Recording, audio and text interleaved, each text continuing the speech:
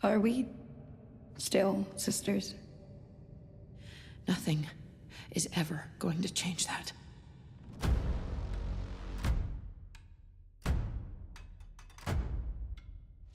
Fights matter, or at least they should. Action scenes may seem like pointless punching, kicking, and killing, but in the best of stories, they serve a greater purpose: exploration.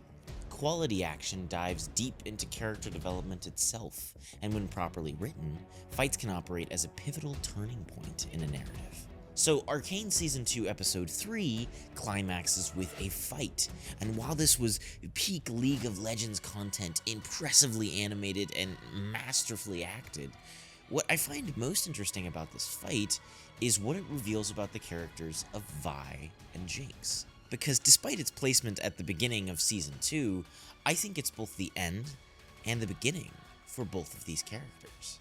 Inevitable reckoning.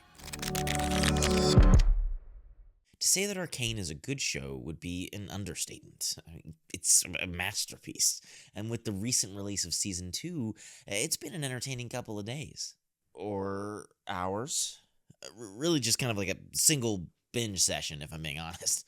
But while I was watching the final few minutes of Episode 3, reveling in the all-out champion versus champion brawl that League of Legends fans have been waiting for years, I had a strange feeling of deja vu.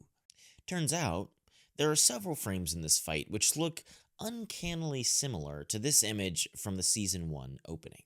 And before you say that Jinx and Vi also fought in Season 1, true, but not quite like this. Not with, guns and gauntlets in an all-out brawl.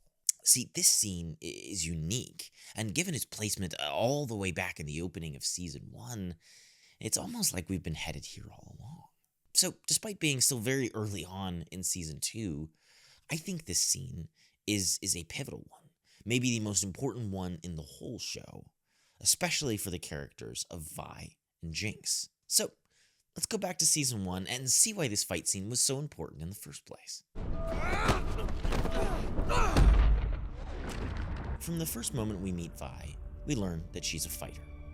She grew up on the street, an orphan, forced to be both father and mother to her fragile sister. It's a responsibility that, from the start, weighs on her, drives her forward, and motivates her rage and desire to fight back. It's a clever use of her League of Legends game design, to which the creators were obviously bound. And yet, while this trait may be her most distinctive, it's also her fatal flaw, her only method of handling reality, and so, her limitation. We hear from Vander time and time again. You're not hearing me. That path? This? It's not gonna solve your problems. I know you want to hurt the topsiders for what they've done to us. But who are you willing to lose? Milo? Clagger? Powder? Nobody wins in war, Vi. So in the finale of Act 1, Season 1, when Vi finally gets to fight, walking, or rather punching in Vander's gloves to protect her family and her city, it seems like a beautiful resolution to this flaw. But the resolution and the beauty are fleeting. After Powder triggers the explosion, Vi is overcome with grief and lashes out at her sister. She punches Powder in the face, waging war on the one she loves the most.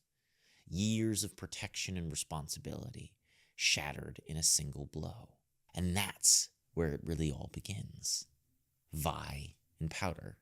Vi and Jinx. See, I didn't notice it at first, but Vi never really lives up to her full potential in Season 1. Vander challenges her to become more than just a brawler, to develop responsibility and prudence, to become a leader to those around her, but she never does. She tries to save Powder, to undo the emotional damage of her attack, but never gains the proper reconciliation for her actions. And she does a lot of fighting in the meantime. I mean, I think that's why we find her in jail at the opening of Act 2, Season 1. Her rage is tempered by Caitlyn, briefly. She brings order into Vi's chaos, but when Vi is finally forced to confront Jinx once more, it seems that Caitlyn's influence proves insufficient. Not only is Vi divided by her loyalties to both Caitlyn and Powder, but she has no response to Powder's cry for help, or her accusation. Silco thinks he made Jinx. With all his rants and his hard-won lessons. But he didn't make Jinx. You did. Powder's decline into Jinx is a direct result of Vi's failure as a surrogate parent. Vi attacked her own. She gave way to her emotions, and she failed to protect her sister. Vi is the reason she adopted the identity of Jinx, and while Silco may have fostered the process, she was the one who began it. I think Powder, in many ways, is the opposite of Vi. She's delicate. She's the youngest, the most incompetent, a child searching for recognition and responsibility. She wants to grow up and prove herself, but because of too much well-intentioned coddling, or simply her inability to escape the trauma of her childhood, she fails. She's a Jinx, and is forced to realize her greatest fear, to not only not be helpful, but to be actively harmful. So when Powder sets off the bomb at the end of Season 1, Act 1, killing her friends in the process, she is finally forced to confront this reality, and the confrontation begins to break her. It marks the death of her childhood, of Powder, and the birth of the persona, Jinx. This breaking point ultimately leads to the Season 1 finale, where Jinx, in one final act of terror, embraces the name and chaos it represents, and accepts who she has become. Now, I want you to remember all of that because I think it perfectly parallels what happens in Act 1, Season 2. Those kids look up to you. Yeah, I know. You know, but you don't know. When people look up to you, you don't get to be selfish. I'm You not- say run, they run. You say swim, they dive in. You say light a fire, they show up with oil. But whatever happens, it's on you.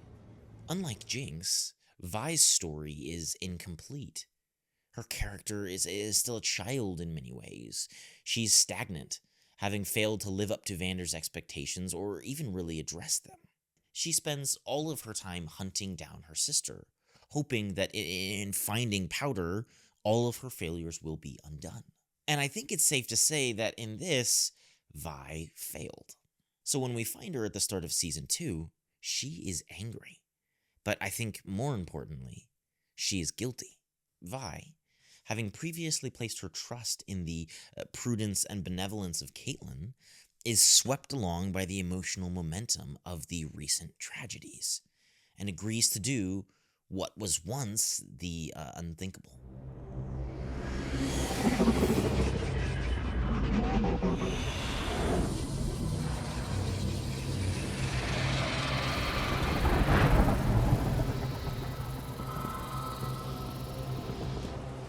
Going into this fight, both Jinx and Vi see each other as monsters. Jinx sees Vi becoming an enforcer as a betrayal, a crossover into malevolence, becoming one of the monsters that Vi swore to protect her from. And Vi sees her sister as gone, out of control, unsalvageable, replaced by an agent of chaos. She sees Jinx as a failure of circumstance, of Silco, or perhaps even herself. So, for the first time, these two hold nothing back, swinging and firing with reckless abandon.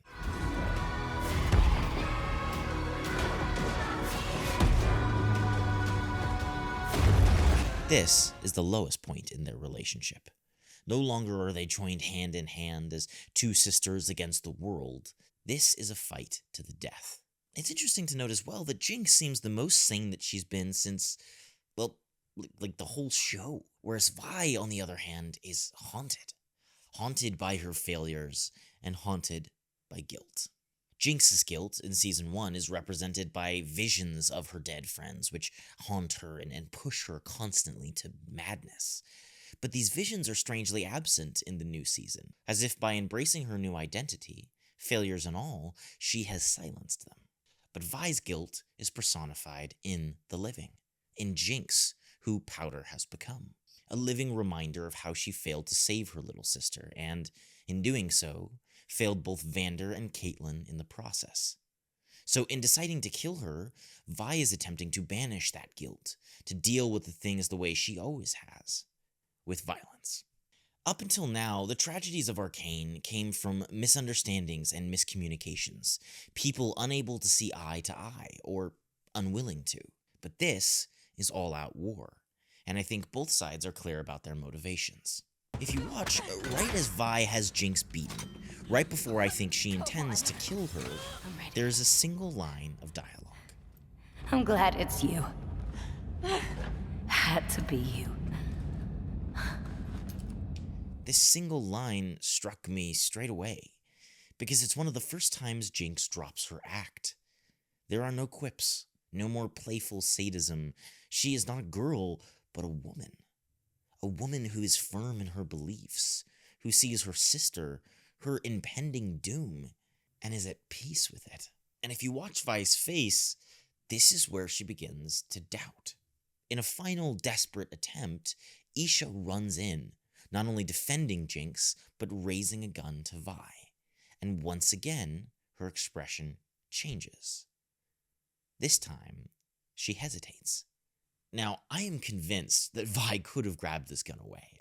Isha is like a child. She's small, and Vi has never shied away from a confrontation, whether her life is at stake or not. But I think the reason she doesn't is because this is a breaking point. A final confirmation of Jinx's humanity, and in some way, a reflection of her sister's relationship. Vi sees Jinx as not only independent, but serving in the role she ultimately fell short of: protector, guardian, and sister. So for the first time in a long time, Vi doesn't just react, she freely chooses.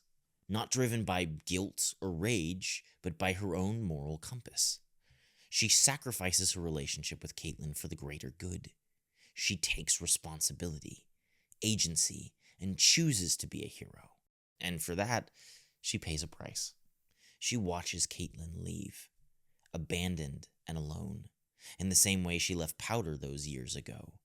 A catalyst for which Vi will begin her journey to what I think will be self-realization, and a perfect moment of visual and narrative harmony.